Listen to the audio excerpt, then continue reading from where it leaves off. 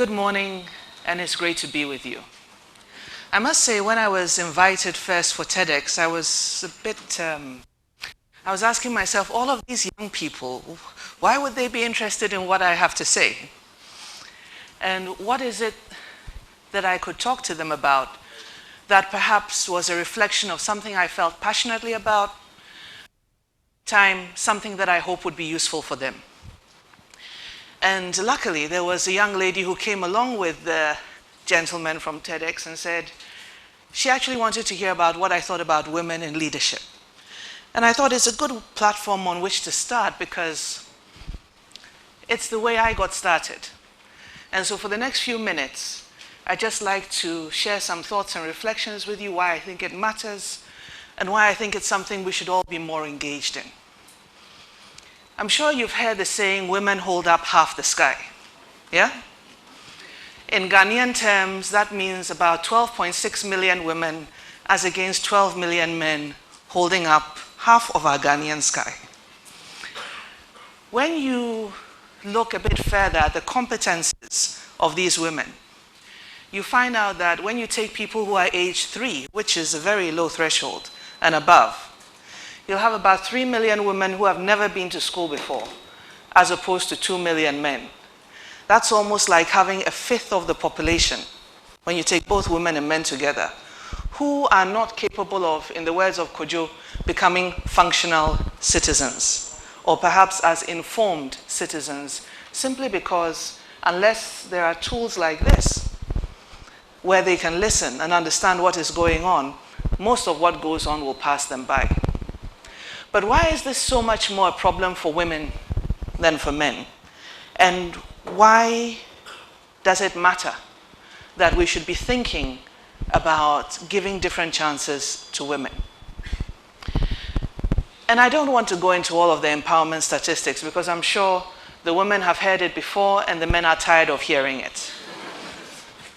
So let me speak to the ladies especially, but also to the men, because we must work together to achieve this, as to why I think it's important and why perhaps we should be looking at doing things differently. And I want to leave you with 4 key words: confidence, commitment, courage, and compassion.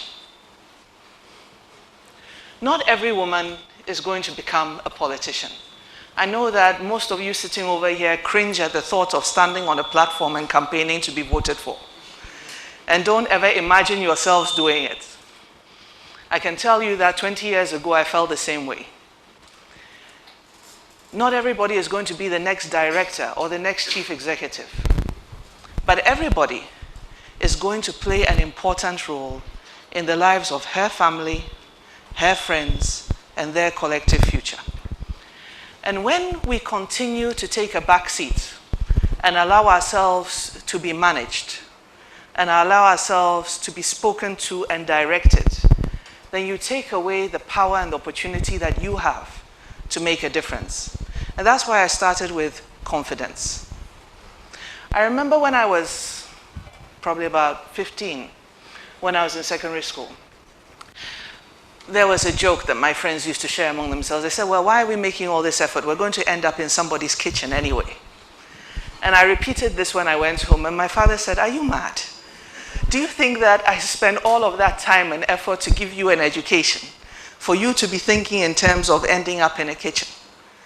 You can be anything you want to be, but my dear, remember, you are as equal as you think you are. And I thought, over the years, as I reflected on that statement, I think it's one of the most important things he said to me. You are as equal as you think you are. If you decide that you are inferior, you will be inferior. If you decide you are second-rate, you will be second-rate. If you decide you can't do it, you will never get there. But if you believe you can make it happen, it will happen. And if you think that you are as capable as the next person of being in a particular position, or doing a particular job, or holding a particular responsibility, you will do it. You are as equal as you think you are. And so you must have that self-confidence that allows you to move forward.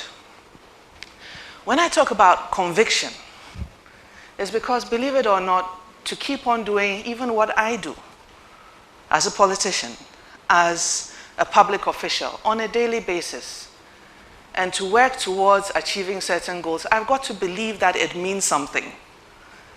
Otherwise, waking up in the morning to get up and then to listen to all that goes on in the morning, and then begin to speak to it and deal with it, but at the same time deal with the normal schedules of the workday, and try on a daily basis to push the envelope a little bit and get more done in this particular context where I'm right now, to build Ghana's relations and get more friends and get more people to be interested in Ghana and get the kind of attention that will help us to project our country forward. You've got to believe that it matters. It doesn't necessarily have to be what I'm doing, but you've got to do something that you believe in. Otherwise, you're not going to be able to move forward. And when I talk about courage, a few moments ago, Uche was talking about mentoring people and how she felt some apprehension taking on a new job. Sometimes it's not just the new job. Sometimes it's actually sitting in the boardroom, listening to the things people are saying, believing that what is being said is not quite right, but at the same time not even having the self-belief to be able to put yourself out and say, I don't think we should go about it this way. I think we should do something different. And making the case and arguing your point of view because you believe that what you are putting across is the right thing. And for all you know, if you did that, you actually would change the whole direction of the discussion and what is happening going forward. How many times do you do that? If I could ask you to show by hands, how many of you have sat in a room, sat in a meeting, believed that the discussion was going way off track, but decided that, well, there are other people in the room who are leaders, so I'll just sit down and listen, and at the end of the day, we'll see what happens next. Or all of you are very forthright activists, so because of that, this never happens. Perhaps it's not that easy to admit, but I'm sure that it does happen. And it's precisely because those things happen on a daily basis. We sit down. We don't speak to the issue when we have an opportunity to speak and make a difference. We're not part of the discussion to change the policy that is going on in our organization. We're not part of a discussion to even change the goals and objectives and what we stand for. We're not part of the discussion, or we opt out of the discussion. I think that's a better way to put it. We opt out of the discussion on how to carry things forward. And then after that, we'll go back and sit and complain and say times are hard. Or these people cry, what are they thinking? You know, what he said was so wrong, it just doesn't make sense, but you had the chance to make a difference and you didn't. And when I talk about compassion, it goes to the point of mentoring. You see, it's good when you have the opportunity to engage with someone continuously. Sometimes you do, sometimes you don't. In my line of work, you usually don't, because you meet so many different people as you go along. But the one thing that I have learned is that where it is possible for you to reach out in that moment and offer support to someone, don't lose sight of that opportunity, because you never know the difference that it can make. And it can happen at any level. It doesn't matter whether you're a fresh graduate. It doesn't matter whether you're a startup entrepreneur. It doesn't matter whether you've just decided that this is the career that you want to go for and you're in your first day in the office. There might be somebody like you who your support can help and give the confidence to also be able to move forward.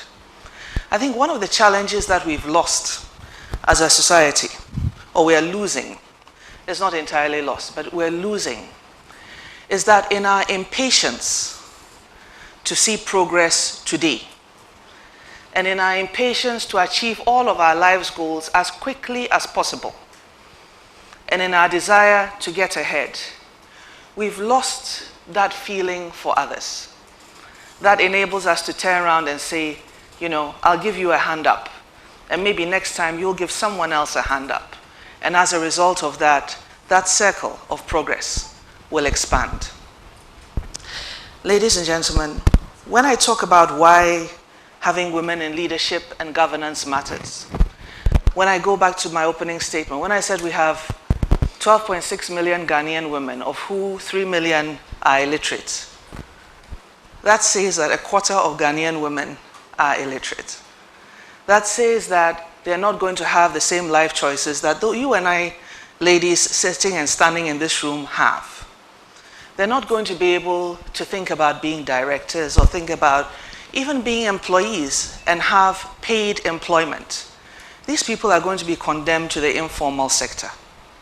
Moving them out of it, thinking about programs and policies that belong to them, are things that we do in government, but it doesn't have to be at my level of government.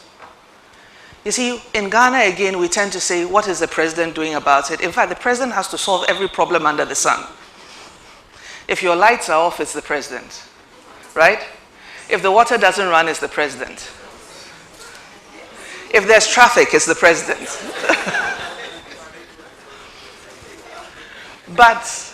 But the democracy that we created for ourselves has several layers of government. And at each of those layers, there is the possibility to intervene and be part of the process. Nobody talks about being part of a district assembly or a metropolitan assembly or a municipal assembly. In fact, when you're educated, you think that's too low a point to start, isn't it? But they are supposed to take the decisions that affect our metropolis and our towns and our communities and where we live. And as a matter of fact, it's the management of the local government that should more positively impact on the state of our communities and the lives we lead. And especially for women, because we're thinking about the kindergartens that should be established. We're thinking about where our children go to school, or perhaps where they don't go to school. We're thinking about having better light and water. We're thinking about better access to utilities. How are you part of this conversation if the way that you contribute to the conversation is to say the president is not working? And that's always your approach to complaining about the problem. I think that it's important for us to realize that leadership comes at different levels. And especially because we have catching up to do, we all have to be part of those different levels. And the more that we can engage with it, the better our country will turn out to be. Because you see, complaining is the easiest thing to do. Criticizing is the easiest thing. It doesn't cost you anything. All right? All you need to do is to sit back, read whatever is put out as a story or whatever information you have and say, oh, as a matter of fact, I could do that. And it's the easiest thing to do it on social media when it's impersonal. Because the person isn't seeing you as you are talking, and you are not seeing the person's response. So sometimes you can just splash a lot of very interesting remarks that perhaps if you were in someone's physical presence, you would think twice and 3 times before you say that. Yeah? But how does it contribute going forward? And that's why I think that it's important for us, and it's especially important for women, to find themselves as part of this discussion, to deal with the challenges we face, to be able to be more constructive in planning how we move forward, and to realize that if we're going to hold up half the sky, and if we're going to be prepared to hold up half the sky, it might be useful for us to have a bit more confidence in ourselves, to be more committed to the things that we say we believe in, to be courageous in voicing our dissent, and to have compassion for those who perhaps are not as fortunate as us. Thank you for your attention.